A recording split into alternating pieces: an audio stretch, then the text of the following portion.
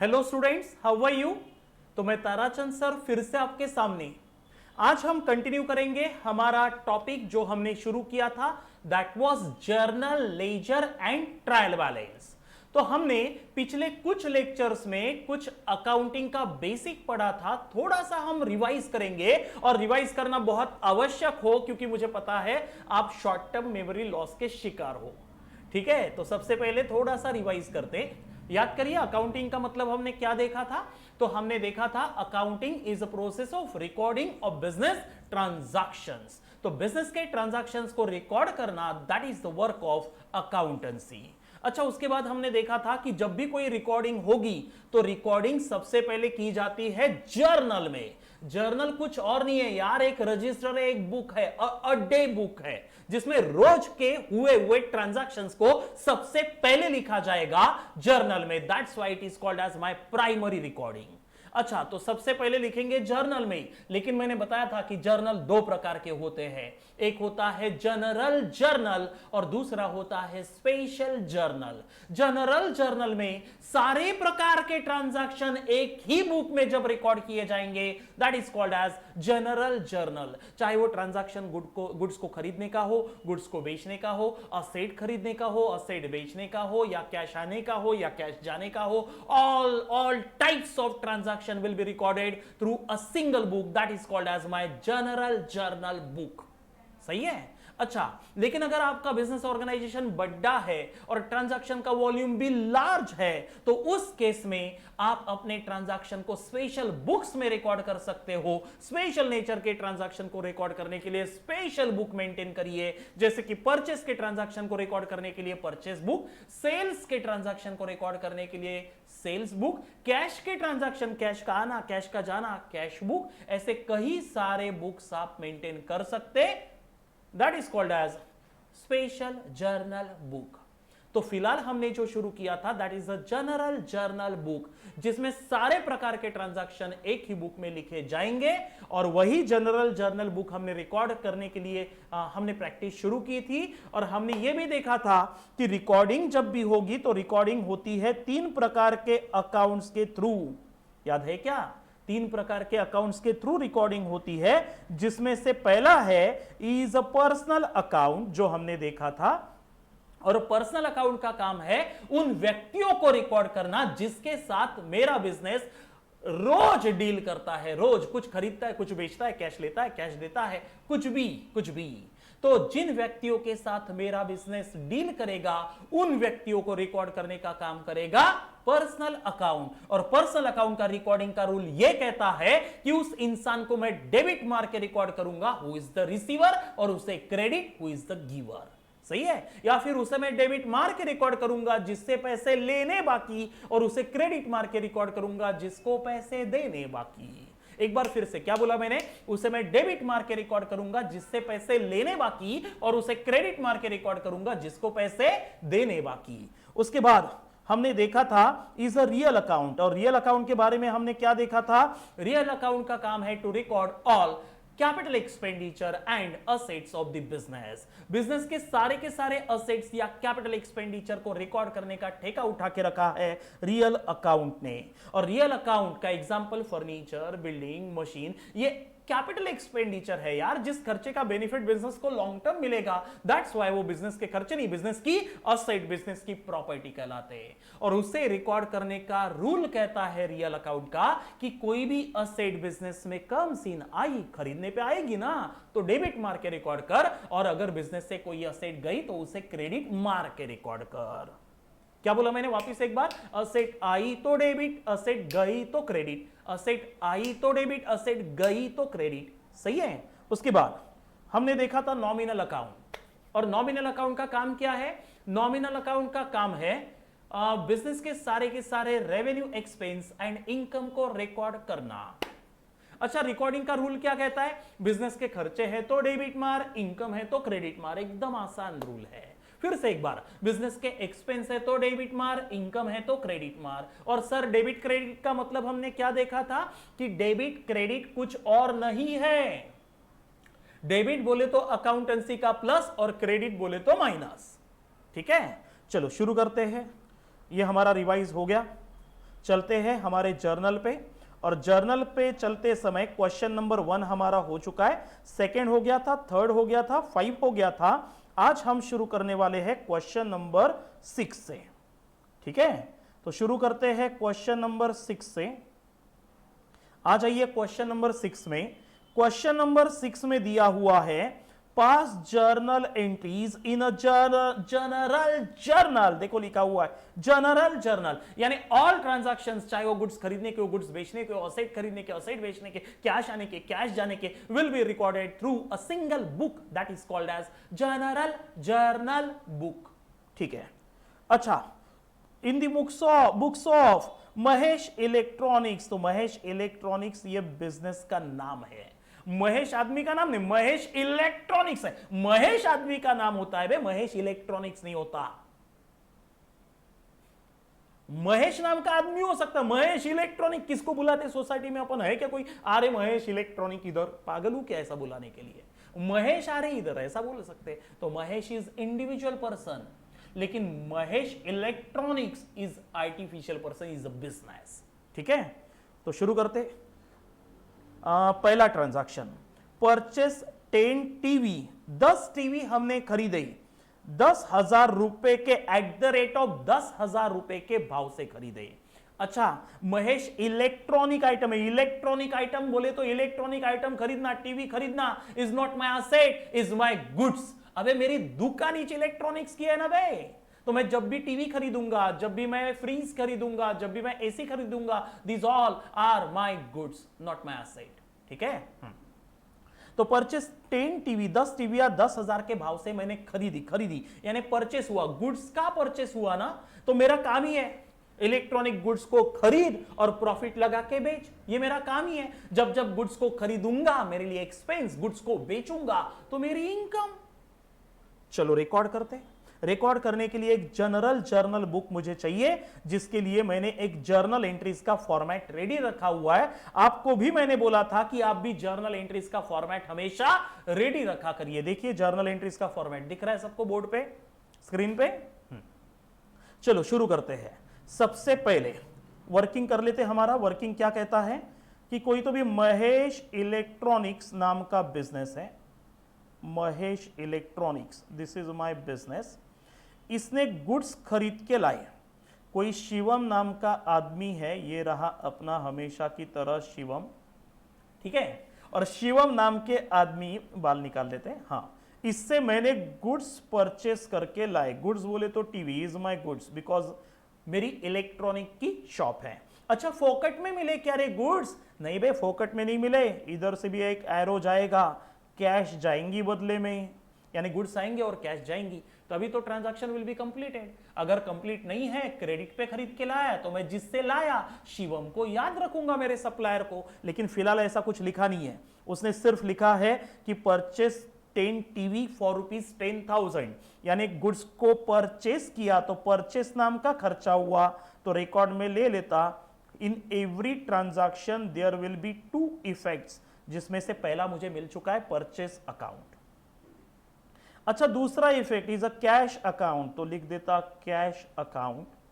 अच्छा, cash account, purchase account. Purchase account is a nominal account, जब जब goods खरीदूंगा मेरे लिए खर्चा, बेचूंगा तो मेरी इनकम। अच्छा, खरीदे तो खर्चा है, तो नॉमिनल का रूल कहता है debit all expense, credit all income, तो इसलिए मैंने डेबिट मार के रिकॉर्ड किया। और cash account is a real account. Real account का रूल क्या कहता है?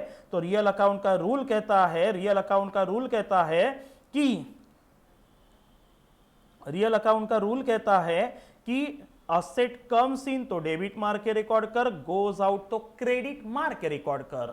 दैट्स व्हाई कैश नाम की असेट गोज आउट तो मैं क्रेडिट मार के रिकॉर्ड करूंगा, बिकॉज कैश गोज आउट। तो एंट्री बन गई by purchase account debited to cash account credited. तो लिख देता हमारे जर्नल एंट्रीज वाले फॉर्मेट में लिख दूंगा जर्नल एंट्रीज में। तो जर्नल एंट्रीज में मैं लिखूंगा, सबसे पहले डेट दी हुई नहीं है तो सीरियल नंबर वाइज लिखूंगा। सीरियल नंबर वाइज मैं लिखूंगा बाय गुड्स खरीद के लाए तो परचेस नाम का खर्चा हुआ, so goods purchase account should be debited. और फोकट में नहीं आए, कैश गई, so cash goes out, cash account should be credited rupees 10,000 rupees का एक टीवी खरीद के लाया, ऐसे 10 टीवी मैंने खरीद के लाए, यानी 1,00,000 रुपयों का खर्चा हुआ, तो 1,00,000 रुपयों से परचेस अकाउंट को डेबिट और कैश गई कैश अकाउंट को क्रेडिट। सही है, तो लिख देता, और नरेशन आएगा बीइंग गुड्स परचेज्ड, लिख देता बीइंग गुड्स परचेज्ड। अच्छा एक काम करते ना, मल्टीप्लिकेशन भी बता देते, हिसाब के नीचे वो भी बताना चाहिए बाबा जर्नल में, तो बता देता। चलो 10 टीवी इंटू 10,000 ईच। सही है, हाँ। फिलहाल नरेशन नहीं लिखते, जाने दो, नरेशन अपन सीखेंगे अगले लेक्चर से, 100% नरेशन लिखना सीखेंगे। फिलहाल सिर्फ डेबिट क्रेडिट किसको जाएगा किसको नहीं ये देखते अपन, ठीक है। चलो हो गया। नंबर 2, दूसरे दिन मेरे बिजनेस में क्या हुआ, देखते हैं। दूसरे दिन मेरे बिजनेस में क्या हुआ, दूसरे दिन मेरे बिजनेस में, क्वेश्चन नंबर 7 है ना, 6 है, 6। दूसरे दिन purchase 5 air conditioner of rupees 18,000 नहीं, ऑफ रुपीज 18,000 नहीं, 1,80,000 फॉर कैश। ईच नहीं लिखा है, यानी एक का प्राइस नहीं है, पूरे 5 एयर कंडीशनर मैंने 1,80,000 रुपए में कैश में खरीद के लाए, ठीक है ना सर। ऊपर वाले में फॉर कैश नहीं लिखा था, इसमें फॉर कैश लिखा है, फर्क कुछ भी नहीं है। एसी खरीदाना तो AC is my goods, is not my asset, क्योंकि एसी खरीदे हुए मैं रखूंगा थोड़ी, मैं बेचूंगा उसको। The benefits are not available for long term, so that's why it is not my assets, ठीक है। तो सीधा सीधा मैं लिखूंगा, मैंने इस बार गुड्स खरीद के लाया और गुड्स में एसी खरीद के लाया, तो परचेस को डेबिट, फिर से कैश गई कैश को क्रेडिट, तो लिख देता purchase account should be debited, second entry, by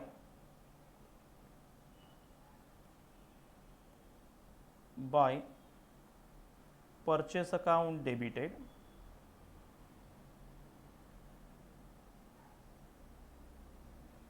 purchase account is a nominal account, should be debited with rupees 1,80,000 and cash गई, so cash account should be credited with rupees 1,80,000।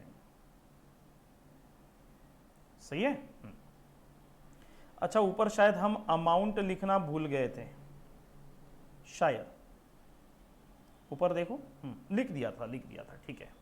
अच्छा यहां multiplication वगैरह बताने की कोई भी आवश्यकता नहीं है, क्योंकि 1,80,000 में पूरे 5 एसी मैंने खरीद के लाए थे, ठीक है। चलो क्वेश्चन में चलते, आगे दिया हुआ है purchase mobile of rupees 80,000 by cheque, 80,000 रुपयों में, 80,000 का एक नहीं, 80,000 रुपयों में मैंने मोबाइल खरीद के लाए। अरे जैसे गड़ा इलेक्ट्रॉनिक्स है यार, जेठालाल की दुकानदारी है, वैसे महेश इलेक्ट्रॉनिक्स है, हमने महेश इलेक्ट्रॉनिक्स ने क्या खरीद के लाए, मोबाइल खरीद के लाए। मोबाइल तो मेरे लिए गुड्स है ना रे, अच्छा गुड्स है तो गुड्स खरीद के लाए, फिर से मोबाइल, यहां सिर्फ एसी की बजाय मोबाइल शब्द आएगा। मोबाइल नाम का गुड्स मैंने खरीद के लाया, तो मैं कहूंगा सबसे पहले परचेस आएगा रिकॉर्डिंग में, क्योंकि गुड्स परचेस किया यानी मेरे लिए खर्चा हुआ, खर्चे को रिकॉर्ड करने का नाम नॉमिनल अकाउंट, काम है नॉमिनल अकाउंट का, और नॉमिनल अकाउंट कहता है एक्सपेंस है तो डेबिट मार के रिकॉर्ड कर। और बदले में कैश गई क्या, नहीं, इस बार मैंने चेक दिया है उसको, कैश नहीं दिया, चेक दिया। अच्छा दिया हुआ चेक लेके, जो पार्टी है सामने वाला कस्टमर है, चेक नहीं सप्लायर है, केशव नाम का सप्लायर है, शिवम नाम का सप्लायर है, वो दिया हुआ चेक लेके कहां जाएगा, मेरे बैंक के पास जाएगा। यानी कैश मेरे कैश गल्ले से नहीं गई, मेरे बैंक गल्ले से गई। तो सर बैंक को हिसाब में लिखना पड़ेगा ना, बिल्कुल लिखना पड़ेगा यार, बैंक में भी रखा हुआ पैसा मेरा ही है। मैंने दिया हुआ चेक लेके मेरा सप्लायर मेरे बैंक में जाएगा, तो पैसा मैं नहीं मेरी बैंक देगी, तो दैट्स व्हाई मैंने बैंक अकाउंट लिख लिया। और bank account is a which kind of account, bank account is a personal account. Bank is the receiver कि bank is the giver of money, giver of money यार, so that's why bank account should be credited. और bank को मैंने इसलिए भी credit मारा क्योंकि माल खरीदा मैंने, पैसे दिए बैंक ने, तो मुझे बैंक तेरे को पैसा पेबल है। और पर्सनल अकाउंट का रूल कहता है कि क्रेडिट द पर्सन जिसको पैसा पेबल है। पर्सनल अकाउंट का रूल कहता है उसे डेबिट मार जिससे पैसा रिसीवेबल है, और उसे क्रेडिट मार जिसको पैसा पेबल है। तो मेरे खरीदे हुए माल का पैसा बैंक ने दिया, तो अब मुझे बैंक को पैसा पेबल है ना, so that's why bank account should be credited. समझ गया? तो एंट्री बनी by purchase account debited to bank account credited. कितने रुपीस वाला था? कितने रुपयों का था देख लो। तो गुड्स थे कितने रुपयों के? 80,000 रुपयों के मोबाइल मैंने खरीद के लाए। ठीक है, लिख देता, ट्रांजैक्शन रिकॉर्ड कर देता। By purchase account debited, trade नहीं,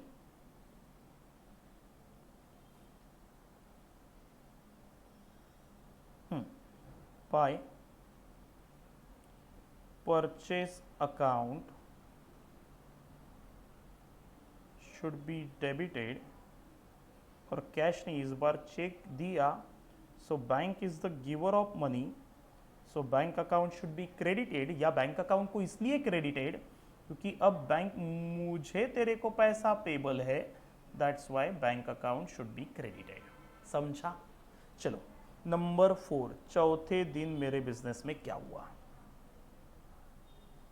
चौथे दिन मेरे बिजनेस में यह हुआ कि purchase refrigerator for ₹2,40,000 on credit from Samsung limited. अच्छा, सैमसंग कंपनी से मैंने रेफ्रिजरेटर खरीद के लाए।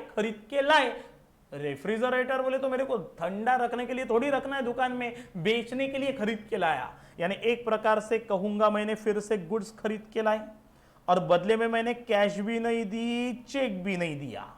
अच्छा, उधारी पे खरीद के लाए। किससे रे? सैमसंग वाले से। सही है? अच्छा, खरीद के लाए ना सर, खरीद के लाए तो खर्चा हुआ। उधारी पे खरीद के लाया हो, भले ही उधारी पे खरीद के लाया हो, लेकिन खर्चा हुआ तो खर्चे को मार देता। Purchase account is a nominal account, should be debited. लेकिन एक बात नहीं समझी सर, आपने रेफ्रिजरेटर नाम के गुड्स खरीद के लाए लेकिन पैसा नहीं दिया, तो खर्चा हुआ कैसे? कैश तो गई नहीं ना ही चेक गया, ना तो बैंक से पैसा गया, तो खर्चा हुआ कैसे? तो फिर भी बेटे खर्चा हुआ। ऐसा कहता है एक अकाउंटिंग कॉन्सेप्ट जिसका नाम है अक्रूअल कॉन्सेप्ट। सर, अक्रूअल का मतलब पेंडिंग कॉन्सेप्ट, जो कहता है कि मैंने गुड्स खरीदे या मैंने सर्विस ली तो समझ ले मेरा खर्चा हो गया। वैसे ही मैंने गुड्स बेचे या मैंने सर्विस बेची तो समझ ले मेरी इनकम हो गई। फिर भले ही कैश आई हो या ना आई हो, या कैश गई हो या ना गई हो, समझ ले खर्चा हो चुका है। यहां मैंने गुड्स रेफ्रिजरेटर खरीद के लाए तो खर्चा हुआ, जिस दिन हुआ उसी दिन खर्चे को रिकॉर्ड कर, फर्क कुछ नहीं पड़ेगा। इतना ही होगा कि उस आदमी को मैं याद रख लूंगा जिसको पैसे देने बाकी है। इसलिए मैंने परचेस अकाउंट रिकॉर्ड में लिख लिया। भले ही फिलहाल कैश गई हुई नहीं है, तो कैश नहीं गई तो क्या फर्क पड़ता है यार, सप्लायर को याद रख लूंगा। सप्लायर का नाम क्या था? सप्लायर का नाम है सैमसंग वाला। तो Samsung limited account is a personal account and Samsung वाला is giver of goods, so should be credited. या इसलिए भी मैंने क्रेडिट मारा क्योंकि पर्सनल अकाउंट का रूल कहता है जिससे पैसे रिसीवेबल है, लेना है, उसे डेबिट मार, और जिसको पैसे पेबल बोले तो देना है, उसे क्रेडिट मार। तो मुझे पैसा पेबल है ना, दैट्स व्हाई मैं सैमसंग वाले को क्रेडिट मार के रिकॉर्ड करूंगा। तो सर एंट्री क्या बनी? एंट्री बन गई by purchase account debited to Samsung limited account credited. तो लिख देता by purchase account debit bye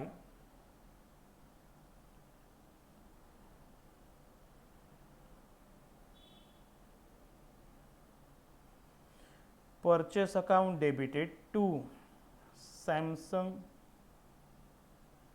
account credited to whom money is payable. कितने रुपयों के गुड्स खरीद के लाया मैं? देख लो एक बार, मैंने गुड्स खरीद के लाए 2,40,000 रुपयों के। ऑन क्रेडिट शब्द लिखा हुआ है तो 2,40,000 रुपए, 2,40,000 रुपए।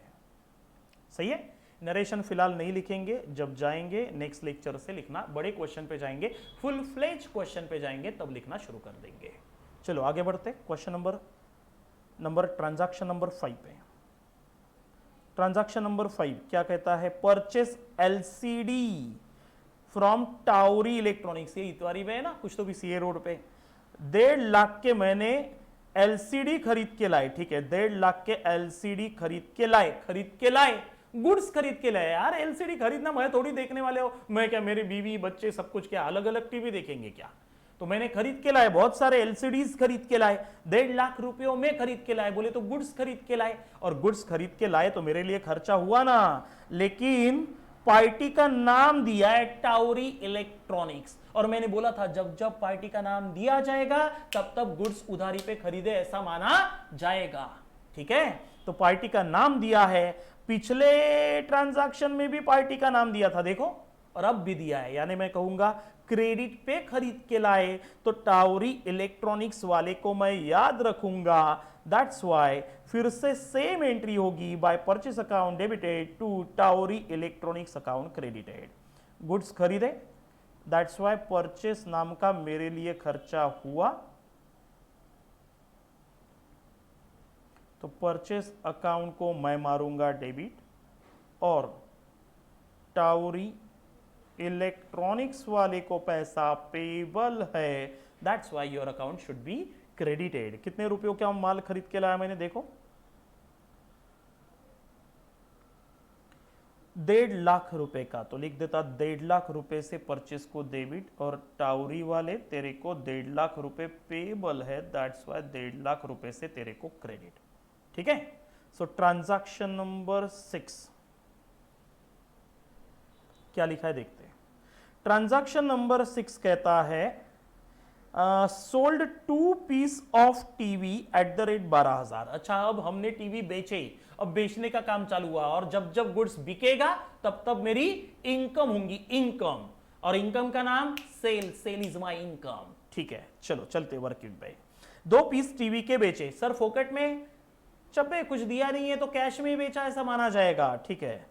चलो वर्किंग में चलते, 2 पीसेस मैंने टीवी के बेचे, कितने रुपए के भाव से बेचे रे, मैंने खरीद के तो 10,000 के भाव से लाया था, 12,000 रुपए के भाव से बेचे, ठीक है, 12,000 रुपए के भाव से बेचे। ये रहा मेरा बिजनेस महेश इलेक्ट्रॉनिक्स, और ये रहा मेरा कस्टमर, ये रहा मेरा कस्टमर, ये रहा मेरा कस्टमर शिवम नाम का कस्टमर, इसको मैंने टीवी बेचा, टीवी बोले तो मेरे लिए गुड्स बेचे, और बदले में मुझे इससे कैश मिली, तो मैं कहूंगा डबल इफेक्ट मिल गया, कैश आई, टीवी नाम की गुड्स बोले तो sale is my income, income record होगी। TV is not my asset, ये थोड़ी बोलूंगा कैश नाम की असेट आई, टीवी नाम की असेट गई, TV is not my asset, is my goods, ठीक है। तो जब जब गुड्स बिकेंगे तो सेल नाम की इनकम रिकॉर्ड में आएगी, ठीक है। तो सबसे पहले रिकॉर्ड में लूंगा टीवी बेचा, कैश आई, तो पहले कैश अकाउंट खुल गया, which is a real account, cash comes in, that's why should be debited. और बदले में टीवी गया तो टीवी मत लिख, सेल किया टीवी बोले तो मेरे लिए कमाई हो गई, कमाई का नाम sale is a nominal account, और नॉमिनल का रूल कहता है गुड्स को खरीदना तेरे लिए खर्चा है तो डेबिट मार, गुड्स का बिकना तेरे लिए इनकम है तो उसे क्रेडिट मार, that's why cell account should be credited. तो एंट्री बन गई बाय कैश अकाउंट डेबिटेड, मेरे साथ साथ बोला करिए by cash account debited to sale account credited, बोलो मेरे साथ साथ, by cash account debited to sale account credited, by cash account debited to sale नाम की income, sale account should be credited. कितने रुपए, 2 टीवी, 12,000 रुपए के भाव से टीवी इंटू 2 पीसेस, यानी 24,000 रुपए की कैश आई और 24,000 रुपए की इनकम सेल नाम की रिकॉर्ड में रिकॉर्ड की गई, ठीक है। चलो आगे, number 7, seventh day, on seventh day मेरे बिजनेस में क्या हुआ, sold 3 air conditioner for rupees 2 lakh. अच्छा, 2 लाख इन कैश, ऊपर वाले में कैश नहीं लिखा था, आज नीचे लिखा है इस ट्रांजैक्शन में, तो पिछला भी तो कैश में ही बेचा था, कैश दे एसी ले, तो कैश आई ना, तो फिर से रिकॉर्ड में लिखूंगा cash account comes in should be debited, और एसी बिके तो सेल नाम की इनकम शुड बी क्रेडिटेड। तो फिर से रिपीट एंट्री होगी, cash account debited to sale account credited. तो लिख देता by cash account debited number 7 by cash comes in, so cash account should be debited, और एसी नाम का सेल होने पे सेल नाम की इनकम हुई शुड बी क्रेडिटेड।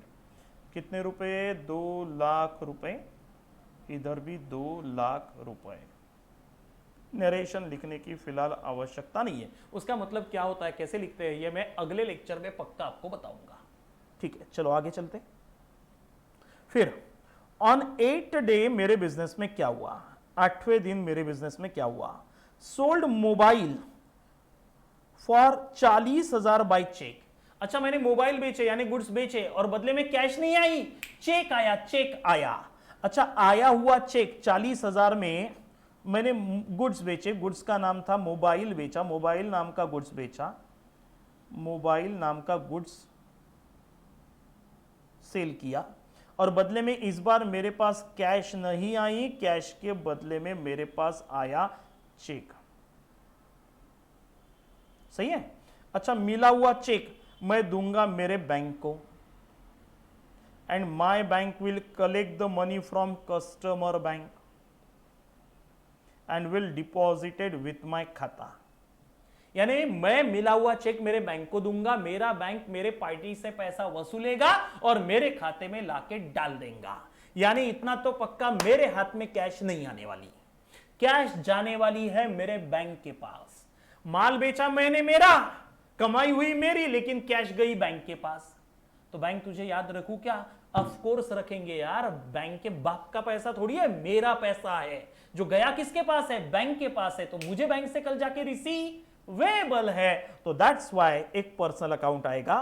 फिलहाल यहां से कैश हट जाएगा और कैश की बजाय रिकॉर्ड में आएगा बैंक अकाउंट। सेल तो एज इट इज रहेगा क्योंकि गुड्स तो बिका है, so sale is my income should be credited, लेकिन bank account is a personal account, bank account is a personal account, और bank account is a personal account. Personal account का rule कहता है माल बेचा मैंने, पैसा मिला बैंक को, bank is the receiver, should be debited. या बैंक को इसलिए भी डेबिट मारा क्योंकि माल मैंने बेचा मेरा, पैसा मिला बैंक को, जो बैंक से कल जाके रिसीवेबल बोले तो लेना है, that's why bank account should be debited. तो एंट्री बनी by bank account debited to sale account credited. तो लिख देता by bank account debited by bank, माल बेचा मैंने, पैसा मिला तेरे को, जो कल जाके तेरे से लेना है, रिसीवेबल है, that's why bank account should be debited, and sale is my income, that's why sale account should be credited। कितने रुपए से रे? 40,000 रुपए। सही है। चलो, ऑन 9th डे मेरे बिजनेस में क्या हुआ देखते हैं। 40,000 ही था ना, 40, ठीक है, चेक से बेचा। ऑन 9th डे आपके सामने ट्रांजैक्शन दिया हुआ है, 9th डे मैंने गुड्स मोबाइल बेचे 20,000 रुपए में, and payment received by cheque. Mobile ले, चेक दे, दिया हुआ चेक फिर से बैंक को जाएगा, यानी पैसा will collect by my bank, so bank is the receiver. Again same entry बेटे, सेम। तो लिख देता bank account debit, bank account debit to sale is my income should be credit.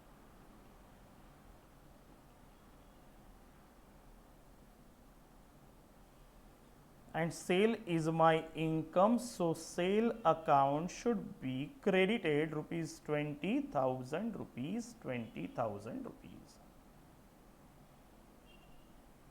सही है। चलो, नरेशन लिखने की आवश्यकता नहीं। अब 10वें दिन मेरे बिजनेस में क्या हुआ? 10वें दिन मेरे बिजनेस में क्या हुआ? सोल्ड रेफ्रिजरेटर, बोले तो फिर से गुड्स बेचे 30,000 रुपए में, तुकाराम को बेचे ऑन क्रेडिट, पार्टी का नाम दिया, पार्टी का नाम दिया, माल बेचा, तुकाराम नाम के आदमी को बेचा, उधारी पे बेचा। तो ये तुकाराम तेरे को याद रखू कि भूल जाऊं रे? याद रख, क्योंकि तुकाराम से पैसे अभी भी मिलने बाकी है। तो चलो तुकाराम को रिकॉर्ड में ले लेता। ये रहा तुकाराम। तुकाराम को मैंने गुड्स बेचे, पूरा इरेज कर देता फिलहाल। तुकाराम नाम के आदमी को मैंने माल बेचा, गुड्स सेल किए। और तुकाराम को माल तो बेचा, यानी एरो वन साइड गया लेकिन इधर साइड आया हुआ नहीं है, यानी transaction is incomplete. Transaction is incomplete. Arrow one side जा रहा है, मेरे से जा रहे गुड्स लेकिन उधर से पैसा नहीं आया ना।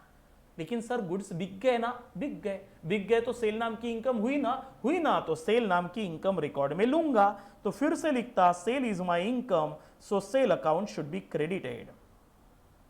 तो लिख देता सेल इज माई इनकम, तो सेल अकाउंट को मैं लिखूंगा sale account is a nominal account, is my income should be credited. So sale नाम की इनकम को मैं कर दूंगा क्रेडिट। हाँ, तो मैंने गुड्स सेल किए, sale is my income, so sale account should be credited. लेकिन सर एक बात नहीं समझी, तुकाराम नाम के आदमी को आपने उधारी पे माल बेचा, पैसे नहीं मिले, तो इनकम काय की? अब भी थोड़ी देर मैंने समझा था अक्रूअल कॉन्सेप्ट अकाउंटेंसी का, जो कहता है कि मैंने गुड्स बेचे, मैंने सर्विस बेची, तो समझ ले उसी दिन मेरी इनकम हो गई, भले ही हाथ में कैश आई हुई नहीं है। नहीं आई तो क्या फर्क पड़ता है यार, मैं तुकाराम तेरे को याद रख लूंगा बे। ठीक है, तो इसलिए सेल नाम की इनकम हो गई, जिस दिन गुड्स बिके उसी दिन रिकॉर्ड में मैंने ले ली। और तुकाराम तेरे को याद रखता तो तुकाराम अकाउंट रिकॉर्ड में लेना पड़ेगा।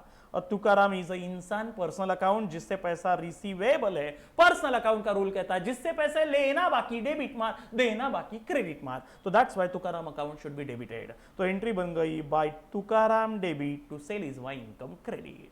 तो लिख देता by Tukaram account debited bye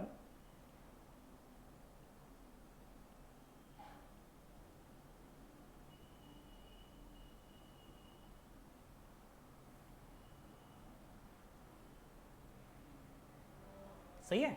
अच्छा, by Tukaram account debited to sale is my income should be credited. कितने रुपयों का? 30,000 रुपए। तो लिख देता 30,000 रुपए, 30,000 रुपए। ठीक है, चलो आगे। ऑन 11th डे मेरे बिजनेस में क्या हुआ? 11वें दिन मेरे बिजनेस में क्या हुआ? 11वें दिन मेरे बिजनेस में यह हुआ कि I sold TV to Atmaram. Atmaram है वो, आत्माराम भिड़े। हाँ, तो आत्माराम को मैंने गुड्स बेचा 25,000 रुपए में। ऑन क्रेडिट शब्द अभी कहीं पे लिखा हुआ नहीं है सर। नहीं लिखा तो भी क्या फर्क पड़ता, पार्टी का नाम दिया है ना रे, आत्माराम नाम दिया है ना पार्टी का, Atmaram. That means it is a credit transaction, मैंने उधारी पे बेचा। तो आत्माराम तुझे याद रखो कि भूल जाऊं? याद रख, तेरे से पैसा रिसीवेबल है, तो मेरे हिसाब में मैं आत्माराम को डेबिट मार के रिकॉर्ड करूंगा। सेम ट्रांजैक्शन है बेटे जैसे ट्रांजैक्शन नंबर 10 था, सेम। कितने रुपयों का है आंकड़ा देख लो, 25,000 रुपए। तो लिख देते हैं आत्माराम को debit, sale is my income, sale को क्रेडिट। लिख देता फटाफट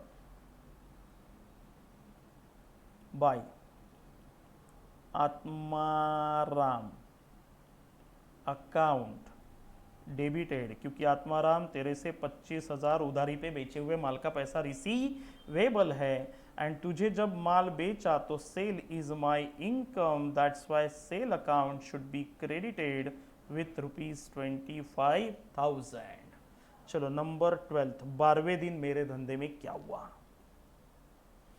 कैश सेल ऑफ एलसीडी 50,000 रुपए में कैश सेल। कैश सेल बोले तो कैश नहीं बेची बे, कैश में गुड्स बेचे। गुड्स ले, कैश दे, तो मेरे पास cash comes in, that's why cash account should be debited. 12th entry by cash आई, कैश में गुड्स बेचे। कैश सेल बोले तो कैश नहीं बेची, कैश में गुड्स बेचे, तो cash account should be debited and sale is my income, that's why sale account should be credited ₹50,000, ₹50,000। समझ गया सबको? तो यहां तक के हमारा क्वेश्चन कंप्लीट हो चुका है। ऐसा ही सेम क्वेश्चन अगर पॉसिबल हुआ तो मैं आपको सेंड करूंगा, व्हाट्सएप करूंगा, आप उस क्वेश्चन को सॉल्व करके मुझे आंसर भेजेंगे। ठीक है, थोड़ा सा चुटुर पुटुर गुगली डालने की उसमें मैं कोशिश करूंगा। ठीक है, उस क्वेश्चन को आप सॉल्व करिए और मुझे आंसर व्हाट्सएप करिए। लेकिन जाते जाते आज थोड़ा सा आपको डीजे में नचवा के जाऊंगा, ये फिर से पक्का, लेकिन बहुत एकदम ढैंचिक वाला गाना हम नहीं बजाने वाले, थोड़ा सा जिसके बोल अच्छे हैं और थोड़ा सा हम रोमांटिक मूड में नाच भी पाएंगे, ऐसा एक गाना बजाता, उस गाने को आप एंजॉय करिए। तो जाते जाते स्टूडेंट्स, ये रहा आपके लिए एक प्यारा सा सॉन्ग जो इतने में बहुत चल रहा है। ठीक है, तो ये रहा आपके सामने। ओके स्टूडेंट्स, तो कुछ नेट प्रॉब्लम की वजह से या टेक्निकल इश्यूज की वजह से हम गाना आज नहीं बजा पाएंगे, लेकिन आई प्रॉमिस यू अगले लेक्चर में हम मस्त पैकी एक फुल फ्लेज क्वेश्चन लेंगे और एक फुल फ्लेज मूड में सॉन्ग भी बजाएंगे। ठीक है, तो थैंक यू, यहां हम रुकते, तब तक के टाटा बाय बाय, मिलेंगे नेक्स्ट लेक्चर में। Thank you.